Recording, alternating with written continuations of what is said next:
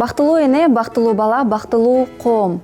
Эгерде мамлекетти өзгөрткүм келсе, анда эң биринчи орунда ал өлкөдө жашаган энеге жана балага кам көр деген кеп бар. Саламатсыздарбы? Сиздер көрүп аткан Менин балам теле долбоору. Сиздер менен мен Канышай Рыспекова. Бүгүн программанын алкагында көйгөйлүү бала кайдан келип чыгат деген суроонун алкагында жооп издейбиз.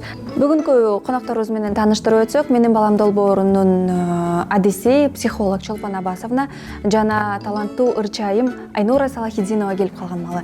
Саламатсыздарбы? Кош келиңиздер. Саламатсыздарбы? Социалдык тармактан мисалы айрым жаңылыктарды окуп, ушунчалык мындай жооп таба албай каласың да, көп суроолоргочу ушунчалык жүрөктү оюткан маселелер болот. Жаман айтпай жакшы жок деп коет эмеспи? Мисалга алсак, өспүрүм 10 жаштагы бала өзүнүн өмүрүнө кол салыптыр деген бизде Кыргызстанда өткөн жылы мындай факт болгон.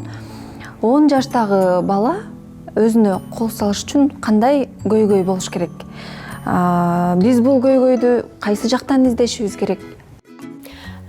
Биринчиден үй бүлөдөн издеш керек. Баягы эле айткандай эле ушу ата эненин ортосунда мамилеси бузулса, анда уже балага тем более внимание жок болуп калат. Бала ичинен сыздайт, коркот, анан эмне болуп кетет? Атасын да жакшы көрөт, энесин да жакшы көрөт. Бүт мамиленин баары бузулат. Именно үй бүлөдөн караш керек. Анан мектепти караш керек. Ошо социумда жашаганда кандай баланын характери өзгөрүлүп атат. Жакшынакай эле окуган бала, жакшы үй бүлөнүн баласы, полная семья. Ошолорду эксперттер көп окудум мен ошо информацияны. 78%га чейин балдар именно ошо полный, жакшы жашаган, бакубат жашаган, жакшы окуган балдардан чыгат экен да, ошондой өзүнө өзү кол салган.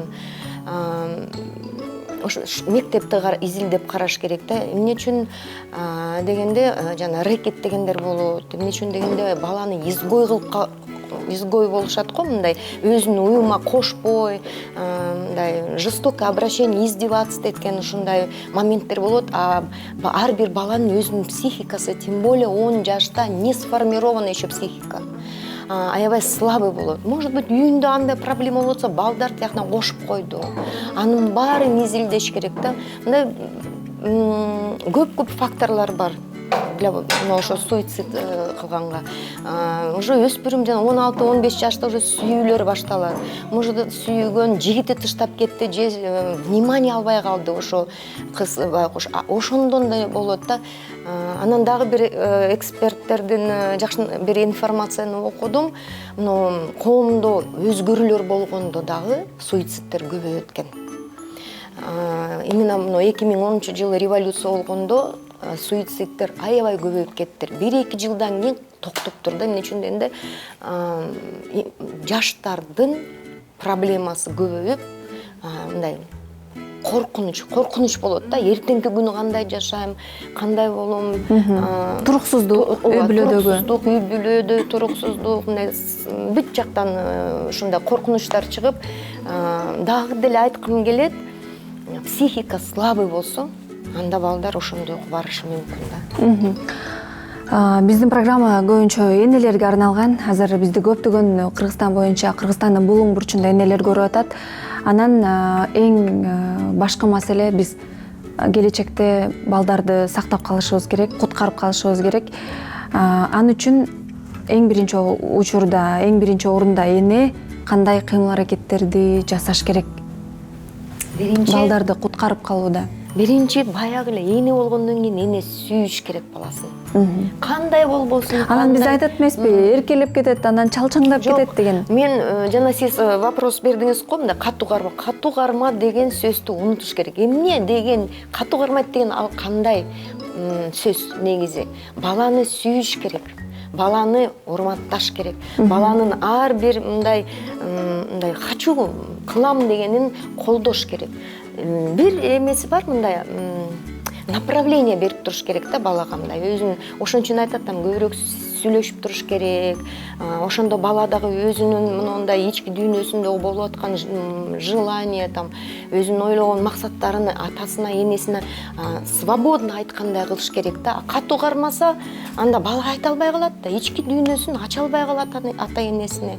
Ошон үчүн баланы сүйүш керек, угуш керек, сүйлөшүш керек. ооба, жогоруда сиз айтып өттүңүз, мындай психика начар, слабыйраак болсо, анда ушундай учурлар болушу мүмкүн депчи. Биз баланын психикасын кандай болгондо күчтүүрөөк кыла алабыз, кандай болгондо туруктуураак кыла алабыз? Мен айтып кеткендей 2 жаштан 6 жашка чейин өзүнчө мындай агрессивный болуп башташат да балдар. Аны айтыш керек, ата энелер коркпош керек андан. Просто ушундай период, баланын периоду ошондой. Аны эне туура көрүп, балага жардам бериш керек. Ошо жашоодо ушундай болот. Кыйкырып ыйлап баштаганда, жерди тепкилеп баштаганда, ошондо эне көрсөтүш керек да, что эне сени все равно жакшы көрөт. Кучактап, алдап, мындай сөз тап, мындай мээримдүү дагы деле да. Ни в коем случае мындай бала ушуну ыйлап атканда кыйкырып же уруп чаап жибербеш керек. Ошондо психикасы еще больше бузулат. Бирок баардык эле учурда, мисалы, биз деле колдон келишинче мээримин төгөбүз, мисалы, ар бир эне ошо мээримин төгүп, колдон келишинче балдарына жакын болуш керек. Баягы эң эле жакын адамы эне болуп аткандан кийин баягы өзгөчө кыз кишиге акыл эс тартып, может, сезими болгондо ошо подружкасына, бир подружкасы, мисалы, азыр бирөөсүнө ишенип салат, бирөөсүнө ишенип салбайт. Эң жакын адамы, мисалы, апасы, ошол үчүн баардыгын айтса болот, сырын айтса болот, кеңешин алса болот. Бирок кичинекей кезинде айтып атпайбы, мисалы, 3-4 жашка чейин, мисалы, шариятта деле айтылат, эми ошончолук укпай баратса, көтөнгө чаап коюш керек анча-мынча дегенчи, эми ошончого чейин жеткирген учурларда анча-мынча тарбиялап коюшат. Анан Сизди жеткирди мисалы беле? үчүн ошондой учурлар болгон менен, мисалы, кичинекей балдарымдачы. Бирок азыр акыркы 2 жылдан бери өзүм дагы байкайм, кызым төрөлгөндөн кийин мен балдарыма такыр кол көтөрбөйм да, эмнегедир өзүлөрү эле мындай сөзү менен эле түшүнөт, эмнегедир. Же өзүнүн убагы эле болот окшойт ошондой учурда. Анан мисалы, мен өзүм бир тууган эжекем бар, өзүнүн баласына жестен экөө тең айтат. Тийбеш керек, муну баланы вообще урбаш керек, мы против деп ушундай эме кылышат да, балага ушунчалык башкача тарбия беришет. Бирок өтө эле эркелеп кеткендей сезиле берет да магачы, биздики кичинемде угат. Бирок кантейин десең, бир чети аларкы туура, азыр балдар чоңоюп калды. Чындыгында өтө тарбиялуу алардыкы дагычы. Чындап эле урбаш керек болчу экен, кол көтөрбөш керек экен деген да сөздөр турат. Мына эси мага көп ушундай суроолорду берет да. Өздөрүн эстеп, ата энесине обидаларын таарынычын 45-50-гө чыкканда айтышат да. Ошону повторять этип, өзүнүн балдарына да кол көтөрүшөт. Негизи балага кол көтөргөн болбойт. Лучше объяснить. Орусча айтканда, түшүндүрүп, сенин мына жериң туура эмес. Негизи мына эркелетиш керек, бирок ошонун да ченин билиш керек да. Бала билиш керек. Бала да манипулятор болуп түшөгөндө, мамам мен папам бизди эркелетип, бизди жакшы көрөт, ошон үчүн баарын кыла берсе болот деген эмес. Эненин, атанын бир точка сөзү болуш керек. Ошону бала укканга аракет кылыш керек. Ошого эне да, ата да биринчи иштеш керек. Баланы ошого көндүргөндөн анан уже башынан кандай болот, онда дальше кете берет да, чоңоюп өспүрүм бала болуп, сложный переходный возрасттар болот. Бирокчу, бул нерсе бул азыркы мезгилдин агымына байланыштуубу? Мисалы, илгери биздин заманда деп коеюнбу? Биздин заманда мисалы чын эле ата энебиз урушса угуп калчубуз да. Азыркы балдар эмнегедир укпайт, таң калам мен азыр өсүп келе жаткан өспүрүмдөр укпайт, эшикти жаап туруп чыгып кетиши мүмкүн. Ушунчалык мындай эр жүрөкпү, бир башкача балдар, башкача коом өсүп келе жатат, Башкача коом өсүп келе жатат. Азыр жашоо турмуштун баары өзгөрүлүп атат. Эми эволюция. Балдар өзгөрүп атат, жашоо турмуш өзгөрүп атат. Өтө неизбежно да.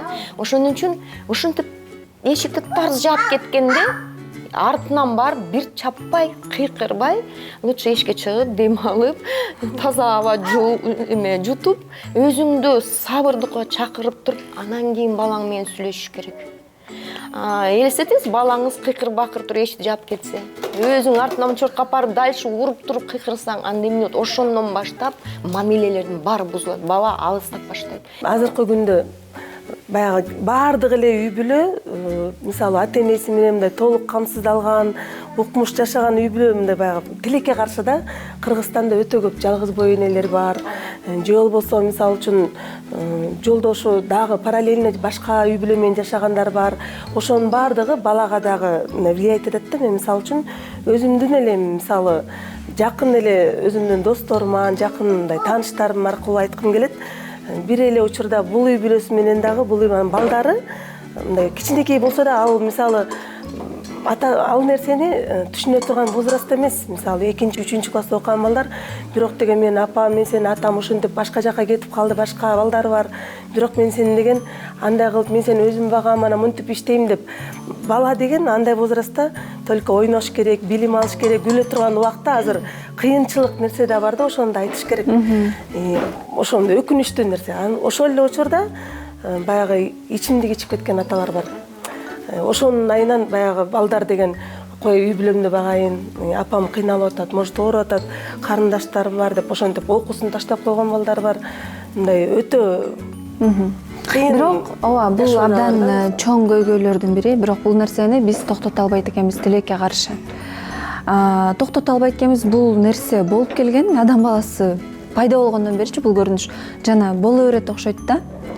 Токтотуш абдан кыйын экен. Болгону мына ушул жалгыз бой энелер, өзүнүн баласын жалгыз тарбиялап аткан энелер чындыгында Кыргызстанда аябай көбөйүп кеттир.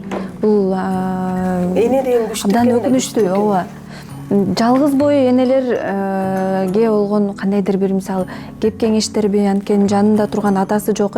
Илгеримизде мисалы бизде авторитет атабыз болгондо, атаң чечет, атаң урушат деп. Мындай ички маселени болсо апабыз чечкен. Жалгыз бой энелер эмне кылат ошондо? Эки атанын апанын ролун ойнойбу?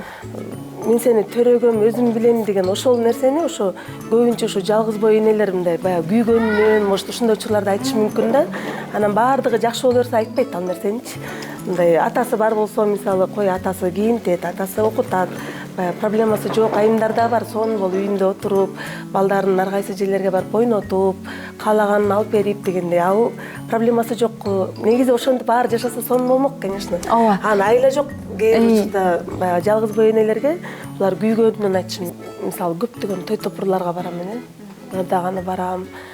Кээ бир учурларда ушундай жалгыз бой энелер сонун кылып тойлорду өткөрөт. Анча-мынча ата энеси, атасы дагы бар, баардыгы камсыздалган үй бүлөгө караганда жалгыз бой энелер дагы күчтүү аял заттар, айтып атпаймынбы, ушу аялдар чындыгында күчтүү келет экенбиз. Мындай баардыгына ошо мен балам үчүн баардыгын кылам деп атасы жок болсо дагы ушундай сонун тойду элдикинен дагы сонун кылып өткөрүп койгондор бар да, мисалга алганда. Ошол үчүн айтпайм, мисалы үчүн бүгүнкү күндө азыркы заманда мындай көп же интернет булактар аркылуу болгон үчүнбү жалгыз бой энелерди мен көп эле кездештирем. Анан мындай таң калыштуу эле эч нерсе жок. Керек болсо атасы бар үй бүлөгө караганда жалгыз бой энелер баласын сонун кылып тарбиялап, баардык жана камсыздап мисалга алсак, биз Кытай мамлекетин Конфуций аркылуу тааныйбыз. Конфуций десе эле Кытай көз алдыбызга түшөт. Жада калса ошо Конфуций атасы жок чоң койгон экен да. Апасы өзү жалгыз тарбиялаган экен. Көп гениальный мындай личностьтер атасы жок.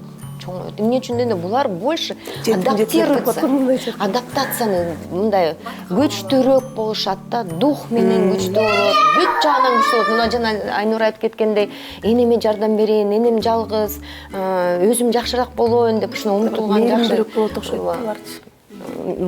Мээримдүү да болушат да. Атанын тарбиясын көргөн жакшы, бирок анча-мынча аталар болот.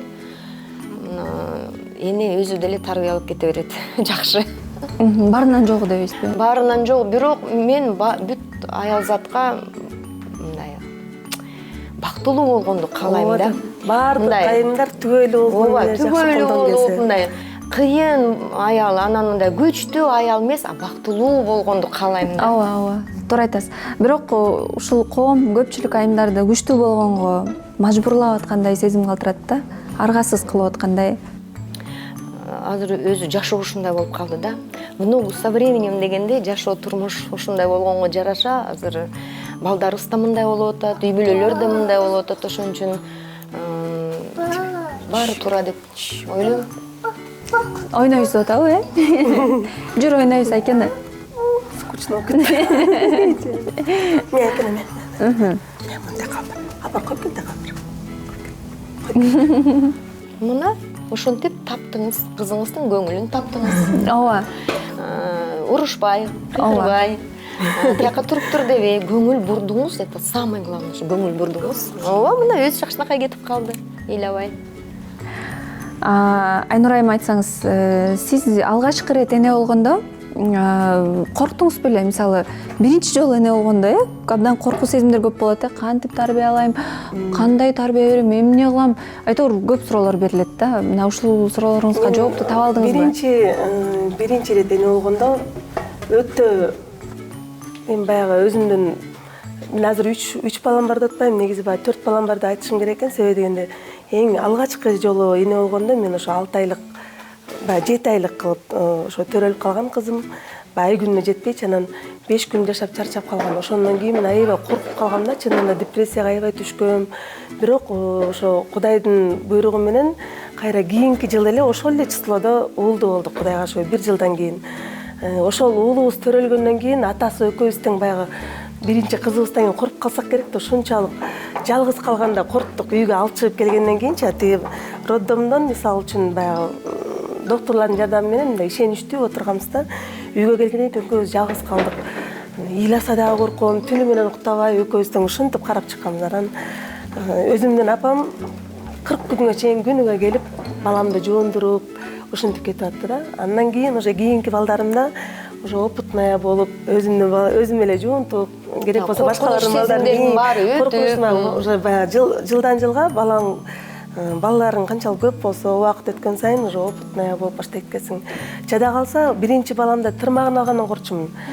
Курбу кыздарым чакырып келип тырмагын алып берип койчу деп мындай аябай коркунуч болгон. Тарбиялаганда өзгөчө. Ошол эле учурда баягы сүйүнүп, толкунданып, мындай бактылуусуң, бирок ошол эле учурда коркосуң да, ушул менин баламбы, мен буга татыктуу тарбия бере аламбы, бул кандай бала болот, кандай адам болуп чоңоет депчи мисалы элестетип, бүгүнкү күнгө чейин ушинтип келем. Мен мисалы 3 баламды тең колдон келишинче жакшы тарбия бергенге аракет кылам.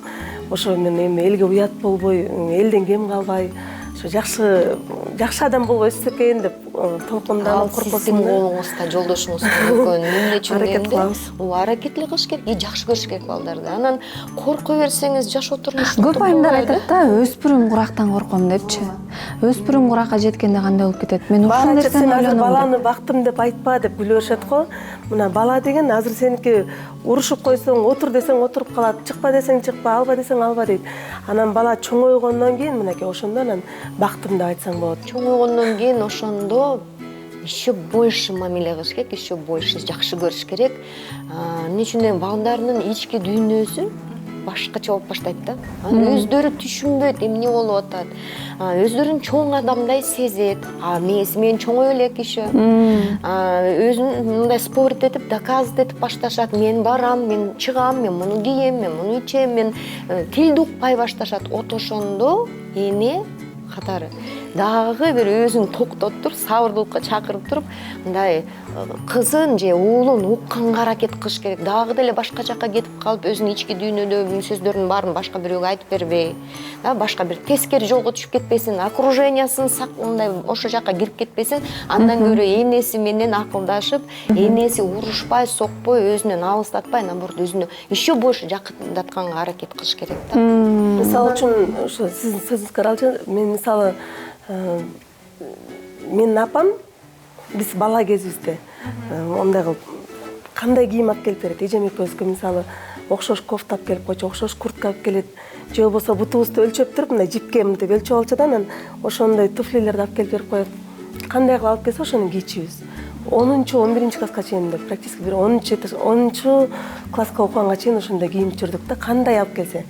Азыркы менин балдарым мисалы 5-4 жашынан баштап эле мен муну кийем дейт. Аны кийбесе болбойт. Барып алып мисалы магазинге кирсек, элдин көзүнчө уят кылат. Муну алам, я хочу это, то деп, у тебя же есть деньги деп кайра мен ушинтишет да. Балам, бүгүн сага муну алып берем, же ала албайм. а эртең экөөбүз давай сүйлөшүп алайлы. Мындай эртеңки күнү мындай деп туруп ушундай сүйлөшүп договариваться эткенди үйрөнүш керек. Диалог курууну үйрөнүш керек Диалог, экен. да, диалог, да. И ошону бала уккандай айтыш керек. Урушпай, сокпой, а мындай доверительный болуп. Анан жана сиз айтып атпайсызбы, кызыңызды, сиңдиңизди систикине жиберет деп. Ал дагы жакшы да. Өзүңүн күчүң жетпей баратса, өзүң сиңдикине кызың же уулуң кимди жакшы мындай угат, авторитеттүү анын алдында, ошол кишини да сурайт да, сүйлөшүп койчу, мүмкүн мен таанып койбойн, катуу сүйлөп албайын, может мага айта албаган сөздөрдү сага айтат дегендей ошондой да.